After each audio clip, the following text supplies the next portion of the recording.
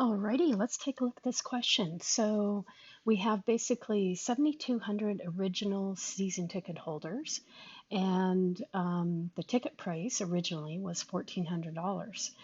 The changes that the research company found out was if they increased the price by $25, that 100 people or 100 ticket holders would not renew their season tickets. So part A wants us to let X equal the number of $25 increases. So basically the number of increases. And they want us to find the cost, what the cost would be. Now, I typically don't do it in steps like this, but that's okay. So the cost, actually, let me choose black here so you can see that. The cost would be, let's see, 1,400 originally, and then every time the ticket price was added, so plus $25, and then times X, where X is the number of increases. So if X was 2, the ticket price would go up by $50, 2 times 25. Or if X was 3, or if X was negative 1, then the ticket price would go down by $25. Okay, now that's the cost or the price. They say cost, but I'm going to write price because in the world of economics, revenue is price times quantity. So I'm going to write that as price slash cost. All right. Then we also want to write the expression that would represent the quantity. I'm going to put quantity, or in terms of this question, the number of ticket holders. Ticket holders. Okay, so that started off as 7,200, and with every increase in price, we lose 100 people, so minus 100 times X, so that as X increases or decreases, that 100 changes as well. And there we go. That would answer A. Now it says part B, use the results to generate an expression that represents revenue. Okay, so revenue is created by taking the price of something and multiply it by the quantity. So our two expressions from above, we're just going to simply sub that in. So the price or the cost was 1,400 plus 25x, and the quantity was 7,200 minus 100x. And there we go. Now, part C, determine the price of a package of season tickets that would generate maximum revenue. That's the most important part in that sentence, maximum revenue. So when you hear maximum, you think, oh, there's got to be a vertex somewhere, right, to create that maximum. And in this world of quadratic functions, or this unit of quadratic functions, to find that, we would have to have our equation that we found in part B in vertex form. And that way we could figure out the vertex and then hence the maximum. So to get it into vertex form, we first have to start with standard form.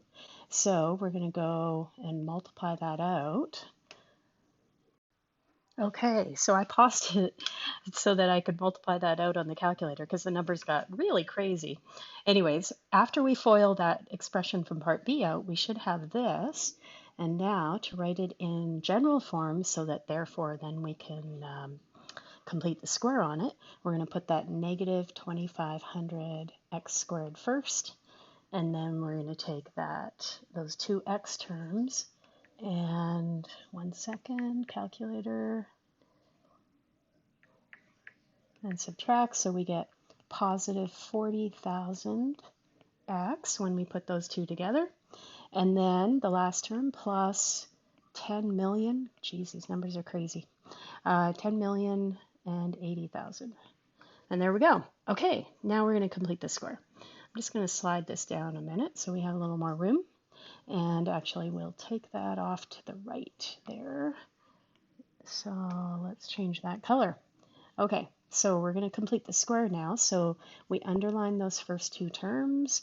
That's to remind us that that negative 2,500 is going to get factored out of those first two terms.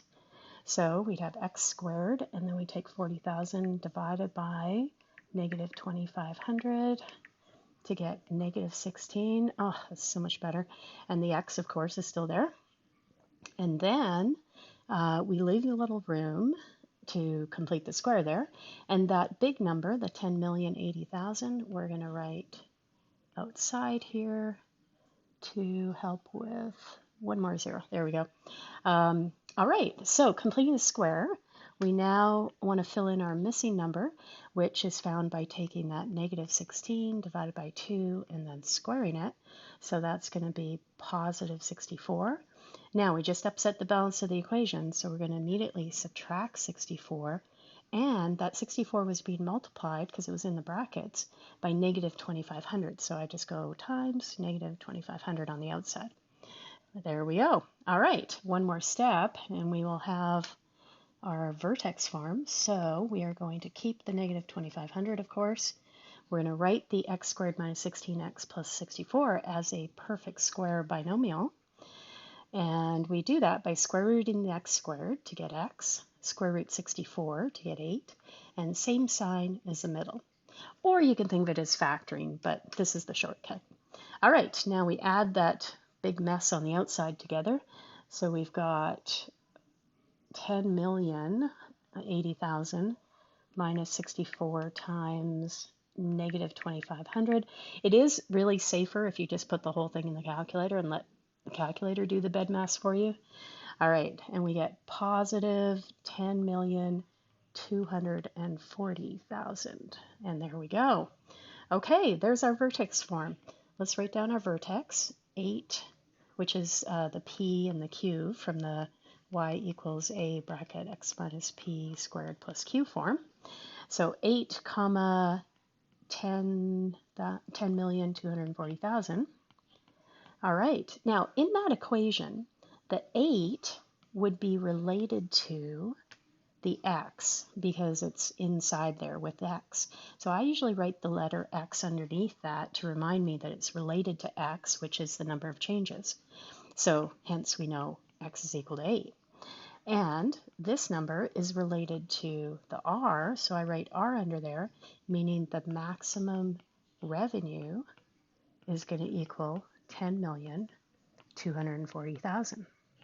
And I do believe that answered part C.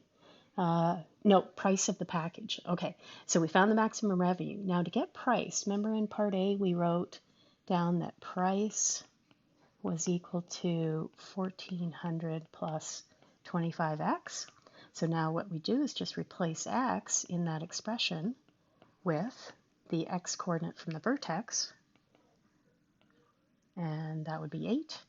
Throw that in the calculator, plus 25 times 8, and we get 1,600 is the price, and that answers part C.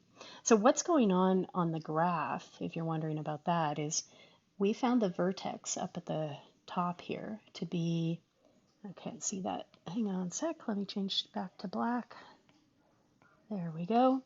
Okay, so this vertex point at the top was at 8 comma 10,080,000, was it? No, 240,000. There we go. And that means when x is equal to 8, we get that maximum revenue of 10,240,000. That's what we did by completing the square. We were able to figure out where that vertex point was. Okay, now part D, how many season ticket holders? Well, we've done all the work already. If we know the vertex, and therefore we know x, we just go back to our expression for number of ticket holders from part A, and that was equal to, where was that? 7,200 minus 100x. And we put our x value from our vertex in there, minus 100 times 8. And that is going to be, I believe, 6,400. And that would be ticket holders. And there we go. All right, that answers part D. Part E, how much revenue would be generated if the plan in C was implemented? So then they're asking about the maximum revenue, which we already wrote down up here. Maximum revenue from the vertex was 10,240,000. And there we go. That is how you do a max-min revenue question from the quadratic functions unit. Alrighty, I hope that helped.